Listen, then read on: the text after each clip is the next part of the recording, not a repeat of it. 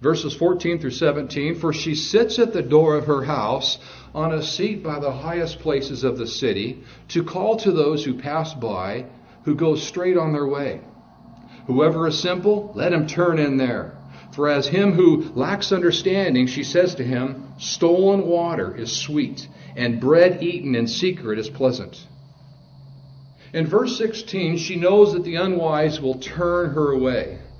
In verse 17, it describes how some are attracted to or drawn to the crime element, to the element of dangers or thrills or secrets or sin. In other words, if I were to translate this into a Los Angeles ghetto translation, it would say something like, hey, check out my G-Ride, man. Got a bunch of gangsters, pull up in a nice car. Check out my G-Ride. Let's go for a joyride in my G-Ride. It's exciting to get into a stolen car. It's exciting to get into a police pursuit. This is a thrill for a lot of people. That's why you see it on TV all the time. And that's what verse 17 is saying. Hey, the water's stolen. I got stolen water. It's sweet. And the bread is eaten in secret. Don't tell anybody.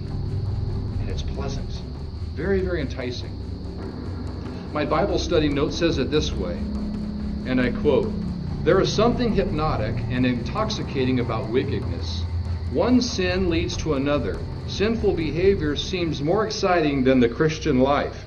That is why many people put aside all thought of wisdom's sumptuous banquet in order to eat the stolen food of folly. Don't be deceived. Sin is dangerous.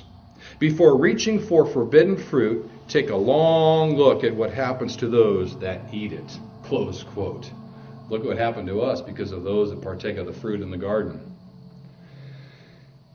May I add that sin is not only dangerous, compromise is dangerous too, because compromise turns into sin. Verse 18,